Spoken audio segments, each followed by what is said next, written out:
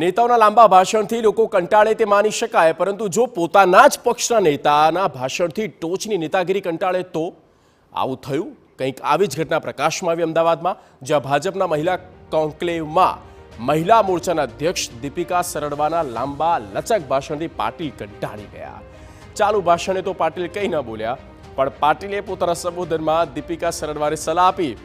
પાટીલે દીપિકાબેનને મુદ્દાસરનું ભાષણ કરવા ટકોર કરી. એટલું જ નહીં, પાટીલે શિખામણ પણ આપી કે મોદી આમ કર્યું, મોદીએ તેમ કર્યું એવું બોલવાથી કંઈ નહીં થાય. તમારે પ્રજાની વચ્ચે જવું પડશે. સાંભળો સીઆરની સલાહ.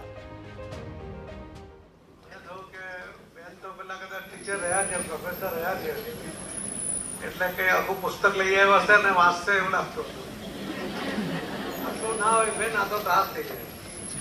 તમે કંટાળ્યા નથી ને એટલે હું એમાં સર્વર કરી આપીશ, ઓછા ટાઈમમાં પતાવી દઈશ.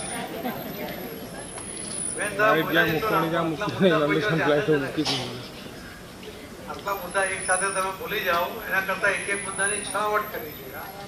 બધાની વચ્ચે તમે સલાહ આપો. દીપિકાબેન કહી ગયા, મને જ યાદ નહીં, તમને કેટલું યાદ છે મને ખબર નથી, પણ એમને સિલેક્ટ કરી બધી યોજનાઓને મારે એમને કેવું છે કે આ યોજનાઓના અમલ કરવા માટે તમે તમારી આ બહેનોની ટીમ બનાવો. ચાર પાંચ બહેનો આ અલગ અલગ યોજનાઓને નીચે ઉતારવા માટે પ્રયત્ન કરે તો એ સફળતા આવશે. ફક્ત અહીંયા આપણે બોલી ગયા, મોદી સાહેબે આ કર્યું તે કર્યું, એનાથી કોઈ ફાયદો ન થાય.